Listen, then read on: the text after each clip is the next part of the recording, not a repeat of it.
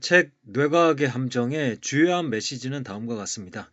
최근의 과학, 특히 신경과학은 인간의 모든 지각, 감정, 행동, 의식 등을 뇌 안의 활동만으로 설명하려고 합니다. 하지만 뇌는 인간의 몸, 그리고 인간이 처한 환경을 제외하고서는 아무것도 할 수가 없습니다. 그렇기 때문에 뇌, 몸, 환경의 관계를 통해 인간을 설명해야 합니다. 오로지 뇌를 통해 인간을 설명하려는 시도는 시작부터 오류라고 할 수가 있겠습니다. 전통적인 인지과학 패러다임에서는 인간의 사고를 일종의 계산이라고 보며 계산의 대상은 기호적 표상이라고 말을 합니다. 그리고 인간의 몸은 그저 뇌의 명령을 받아 그대로 수행하는 로봇과도 같은 역할을 한다고 보죠. 한마디로 뇌가 중심이고 나머지 몸은 말 그대로 수족일 뿐입니다. 컴퓨터도 계산을 하고 인간의 뇌도 계산을 한다면 원리적으로 인간의 뇌가 하는 계산을 컴퓨터도 수행할 수 있으리라는 생각으로 자연스럽게 연결이 됩니다. 그렇다면 인간의 마음을 구현하기 위해 굳이 인간의 몸을 모방할 필요는 없을 것입니다. 어차피 인간의 마음의 본질은 계산에 있고 그 계산은 두뇌가 행하는 것이니 두뇌의 구조와 작동 원리를 모방하는 것이 중요하다고 생각을 하는 것이죠. 그러나 뇌는 단독으로 마음을 만들어내는 것이 아니라 몸, 환경과 상호작용함으로써 마음을 만들어냅니다. 그렇다면 의식의 신경상간물을 오로지 뇌 안에서 찾겠다는 전략은 애초부터 틀린 것이며 뇌가 마음을 어떻게 만들어내는지 설명하려는 시도 또한 실패할 운명이라고 볼 수가 있겠습니다. 컴퓨터는 그저 몸이 없는 존재, 세계가 없는 존재입니다. 환경 속에 뿌리박고 사는 인간의 뇌를 따로 잘라내서 추상화시키고 그 뇌 모형을 모방한 무언가를 만들어낸다 치더라도 그것은 인간의 본질과는 사뭇 다른 새로운 존재를 만들어낸 것일 뿐입니다. 이런 관점에서 최근에 인공지능에 몸을 달아주려는 시도, 그리고 세계 모델을 만들어서 환경을 조성하고 탐색할 수 있게 해보려는 시도들은 일단 기존의 뇌 중심 모델에서 한 단계 진일보한 것이라고 볼 수는 있을 것입니다. 브라이언 헤어, 버네사 우즈의 책 다정한 것이 살아남는다에서는 개의 가축화 과정을 다음과 같이 설명하고 있습니다. 늑대가 최초의 개로 변하는 그 무렵에 늑대들은 인간 거주지를 배회하면서 인간이 버린 쓰레기를 먹으면서 생존을 쉽게 유지를 했습니다. 그러다가 실제로 인간과 맞닥뜨렸을 때 귀엽고 덜 위협적이라고 느껴지는 늑대들은 살아남았고 인간에게 공격적이거나 사납게 느껴지는 늑대들은 내쫓기고 죽임을 당했습니다. 친화력을 무기로 인간의 거주지 주변에서 살아남은 늑대들은 대를 거듭하면서 오늘날 개의 모습처럼 짧은 주둥이, 작은 이, 작고 동그란 꼬리 등의 특징을 갖게 되었습니다. 이 과정에서 개는 협력적 의사소통 능력에 특화된 인지 능력을 갖게 되었습니다. 여기서 중요한 것은 이러한 설명이 늑대의 유전자만 거론하지 않는다는 것입니다. 개의 가축화 과정을 인간 거주지, 인간과의 상호관계라는 외부 요소를 통해 들여다보고 있습니다. 맥스 베넷의 책 지능의 기원에서는 영장류 지능의 탄생을 나무 열매에서 찾고 있습니다. 원숭이들이 나무 열매를 식량으로 활용하기 시작하면서 그들에게는 여유 시간이 생기게 됩니다. 원숭이들은 그 여유 시간에 생존의 레버리지를 당기기 위해서 정치 행위를 하기 시작하였고 이를 위해 다른 원숭이의 의도를 이해하는 것이 중요해지게 되었습니다. 이것이 훗날 인간이 갖게 되는 자기 자신에 대한 메타적 사고와 다른 이의 마음을 이해하는 마음이론의 기원이라고 할 수가 있겠습니다. 그래서 이 늑대가 인간의 거주지 주변을 배회할 무렵부터 늑대의 신경은 그곳을 자신의 집으로 삼아 뿌리를 내리면서 진화를 거듭한 것이고요. 원숭이 또한 열매가 열리는 나무 주변에서 사회적 세계의 구축에 몰두할 수 있었고 이를 뒷받침하는 신경회로의 진화 또한 가속화되었습니다. 이 동물은 동물 자체로서만 이야기할 수 없습니다. 붕어의 아가미는 아가미 자체로만 설명할 수가 없는 것이죠. 아가미에 대한 설명은 반드시 물을 필요로 합니다. 마치 어둠을 설명하기 위해서는 빛이 필요하고 죽음을 설명하기 위해서는 삶이 필요하듯이 없음을 설명하기 위해서는 있음이 필요하듯이 하나의 세트로서만 이야기할 수 있는 것입니다. 인간 또한 그러합니다. 우리 인간 또한 환경 속에 뿌리를 내리고 살아가는 존재입니다. 우리의 신경은 세계를 향해 뻗어나가 있으며 우리의 몸과 의식은 세계 안에 있습니다. 여기가 우리의 거주지이고 집입니다. 세계에 없는 뇌가 도대체 무슨 소용이며 또 그런 것이 애초에 어떻게 가능하다는 것인가? 이제 인간을 자세히 들여다보도록 하겠습니다. 신경 가소성이라는 개념이 있습니다. 신경 가소성은 경험과 자극에 의해 뇌의 신경회로가 재구성된다는 것을 의미하는데요. 그리고 이 정상적으로 뇌가 형성되고 성장하기 위해서는 환경, 그 중에서도 다른 이와의 관계가 중요하다고 볼 수가 있겠습니다. 예컨대 갓난아기의 뇌는 부모의 관심과 사랑으로 점차 성숙해져 갑니다. 본질적으로 뇌의 신경회로는 초월적으로 존재하는 것이 아니라 환경에 뿌리를 박음으로써 존재하는 것입니다. 그리하여 마음의 고향이라고 부르던 적소라고 부르던 우리의 신경계가 편안함을 느끼면서 살아갈 수 있는 환경이 성립하게 됩니다. 이때의 환경은 객관적으로 존재하는 세계가 아니라 우리의 신경이 뿌리내려 있는, 말하자면 우리가 살아갈 수 있게끔 구조화된 세계입니다. 아기들이 배우는 것이 바로 이 환경 속에 뿌리를 내리는 방법, 그리고 그 환경 속에서 평온하게 살아가는 방법입니다. 갓 태어난 아기는 세계에 미처 뿌리를 내리지 못해 세계와 자꾸 엇나갑니다. 생리적으로도 심리적으로도 불안전합니다. 그러나 부모의 도움 속에 아기는 리듬을 되찾는 법을 배우게 됩니다. 때로는 토닥임으로, 때로는 말로, 때로는 노래로 그네가 호를 그리듯이, 시소가 균형을 찾듯이 아기의 신경은 길을 찾습니다. 인간은 다른 인간의 도움 없이는 제대로 된 인간으로 자라날 수 없습니다. 애석하게도 홀로 자라난 인간은 짐승 수준에 머물게 됩니다. 어른이 되었다고 해서 끝은 아닙니다. 세계는 거대하고 인간은 미약한 존재입니다. 삼라만상이 만들어내는 거대한 톱니바퀴 속에서 개별적 인간은 본인에게 적합한 환경을 언제든지 잃어버릴 수가 있습니다.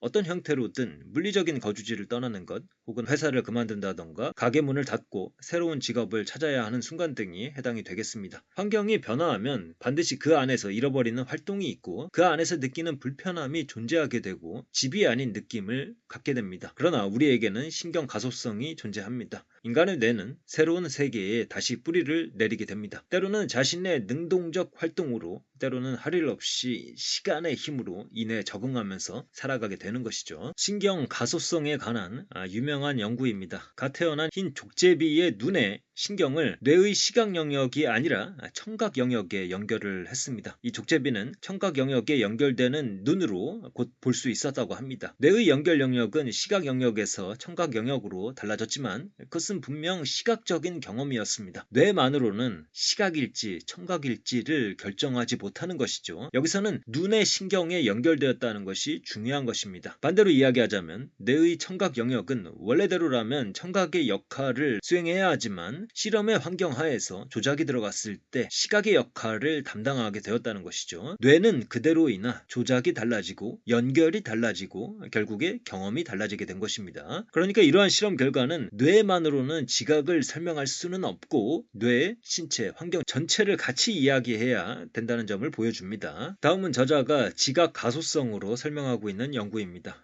1960년대 말 폴바크 이리타라는 사람이 개발한 장치를 살펴보겠습니다. 이 장치는 카메라를 통해 받아들인 시각 정보를 다리나 배 등에 붙은 진동자를 통해 촉각 정보로 전환시키는 그러한 장치입니다. 이 장치를 통해 앞을 볼 수 없는 사람들도 탁구를 칠 수 있는 등 실질적인 의미에서 볼 수 있었다고 합니다. 그런데 이번 실험은 앞서 족제비 실험과는 좀 다릅니다. 족제비 실험에서는 청각 영역에 눈의 신경을 연결하였기 때문에 눈을 통한 정보가 청각 영역으로 새롭게 들어오는 측면이 있었습니다. 하지만 이 감각치환 장치의 경우 원래 촉각을 감지하는 다리나 배에 진동자를 통해 여전히 촉각 정보를 줌으로써 움직임을 인식할 수 있게 만들었다는 것이죠. 또한 이 갓 태어난 족제비를 상대로 한 실험은 신경 가소성이 동반되지만 감각치환 장치의 실험은 어른들을 상대로 하였기 때문에 신경 가소성을 일으킬 만한 시간이 주어지지 않았습니다. 이 경우 뇌는 변하지 않았는데 감각만 변한 것이라고 볼 수가 있겠습니다. 이는 환경 변화가 주어지고 환경, 몸, 뇌가 상호작용하는 방식이 변했기 때문입니다. 차와주의에 대한 이해를 위해서는 위의 그림이 도움이 될 것입니다. 감각치환 장치를 통해 우리의 뇌는 새로운 연결 방식을 획득하였습니다. 반대로 말하면 환경이 장치라는 통로를 통해 새로운 방식으로 뇌에 작동하기 시작했습니다. 그러니 뇌 하나만으로 경험을 설명할 수는 없습니다.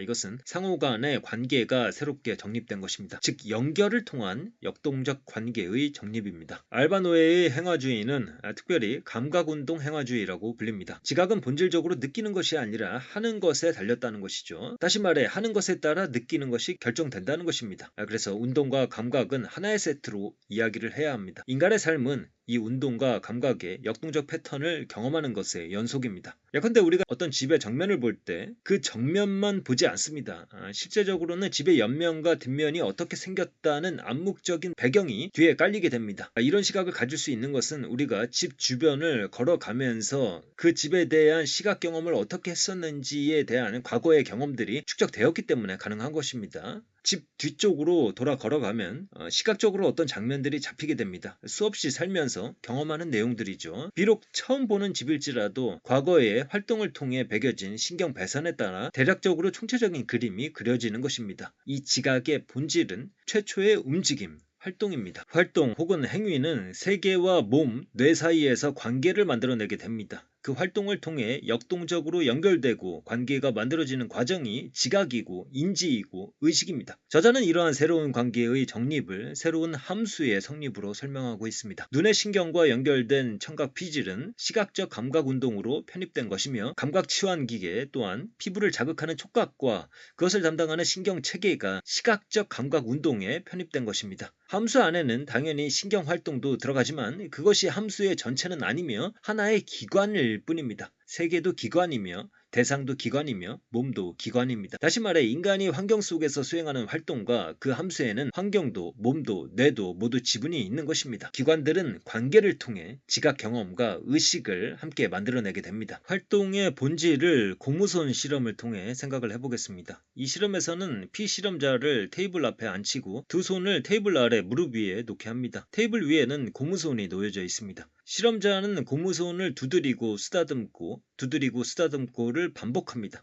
그리고 동시에 피실험자의 실제 손을 두드리게 됩니다. 얼마 후에 피실험자는 자신의 손이 만져지는 느낌을 그 고무손에 대해서도 느끼게 됩니다. 몸, 뇌, 환경의 연결로 보았을 때 고무손은 확실히 환경적으로 주어진 것이지만 몸과의 직접적인 접촉은 이루어지지 않고 있습니다. 다만 시각적으로 고무손이 만져지는 것을 지켜봄으로써 그때마다 간접적으로 연결이 되고 곧 공동작업의 장 안으로 묶이게 된 것입니다. 달리 말해 고무손은 함수 안으로 편입됨으로써 피실험자와 공동 운명이 되었습니다. 반대로 환상지 증후군을 생각해 보겠습니다. 몸의 일부분을 사고로 잃은 사람들은 여전히 그 신체의 감각을 느낀다고 합니다. 그것은 그의 몸이 계속해서 존재하지 않는 신체 부위의 작업 혹은 습관 혹은 계획에 참여하고 있기 때문입니다. 이러한 습관, 계획 혹은 공동 작업은 우리 몸의 활동의 배경으로 자리 잡고 있습니다. 달리 표현하면 활동이 배경에 맞추어서 이루어진다. 그리고 환상지가 사라지는 것은 새로운 환경에 적응한 이후입니다. 새로운 습관, 계획, 작업, 활동 배경이 만들어졌을 때 적응된 감각으로 살아갈 수가 있는 것입니다. 사실은 인간의 모든 활동이 그러합니다. 처음 운전을 하거나 지팡이를 짚으면서 걸을 때 어색함은 반드시 존재합니다. 이 도구들을 이용해서 활동하는 것이 습관이 되고 점차로 적응되어 가는 과정이 필요합니다. 도구를 이용하는 내 몸에 대한 스키마는 점차 조정될 것이며 또 이 도구를 사용하여 새로운 방식으로 환경과 관계 맺는 방법도 배우게 됩니다. 도구가 새롭게 만들어주는 변화, 환경과의 새로운 관계에 적응하면서 우리의 개인 주변 공간도 바뀌게 됩니다. 예컨대 차를 몰지 않던 사람이 차를 몰게 되면 그의 개인 주변 공간은 넓어지게 됩니다. 조금 멀리 있던 지역도 가깝게 느껴지는 것이죠. 결국에 행위에 따라 혹은 어떤 수단을 도입하느냐에 따라 관계가 변하고 습관이 변하고 우리의 스키마도 작아지거나 커지면서 우리의 개인 주변 공간, 주거지, 집도 변화하게 되는 것입니다. 한편 많은 과학자들이 지각이 환상이다라는 주장을 전개합니다. 인간의 뇌는 세계가 보내는 정보들을 처리하지만 동시에 뇌 자체에서 뻗어나가는 정보들을 더 많이 활용하게 됩니다. 세계가 보내는 정보의 빈틈을 뇌에서 만들어내는 정보들이 메꾼다고 볼 수가 있겠습니다. 이렇게 해서 만들어지는 세계에 대한 세부 사항들이 의식에 표상되게 됩니다. 이런 주장들에 대해서 알바노에는 다른 의견을 제시를 합니다. 우선적으로 세계는 환상이 아니고 확실히 거기에 존재하는 것입니다. 그리고 인간은 그 세계에 접근할 수 있고 이용할 수 있고 기술을 발휘할 수 있습니다. 그 활동의 함수관계가 지각 경험을 구성하게 됩니다. 함수의 참여자는 앞서 이야기한 대로 뇌, 몸, 세계입니다. 이때 세계에 대한 모든 세부사항들은 표상을 통해서가 아니라 직접적으로 세계에 접근하고 이용함으로써 직접적으로 포착할 수 있는 것입니다. 다시 말해 뇌 안의 모형이 세계에 대한 상을 홀로 만들어내는 것이 아니라 활동을 통한 뇌, 몸, 세계의 함수관계를 통해서 세계를 직접 파악하는 것입니다. 이것은 모형의 존재 여부를 말하는 것이 아닙니다. 그보다 근원적으로 지각 경험의 본질이 뇌, 몸, 세계의 상호작용에 있다는 이야기입니다. 우리는 무언가를 보아야 할 때 뇌 안의 모형을 향하지 않습니다. 우선적으로 그리고 직접적으로 세계를 향하게 됩니다.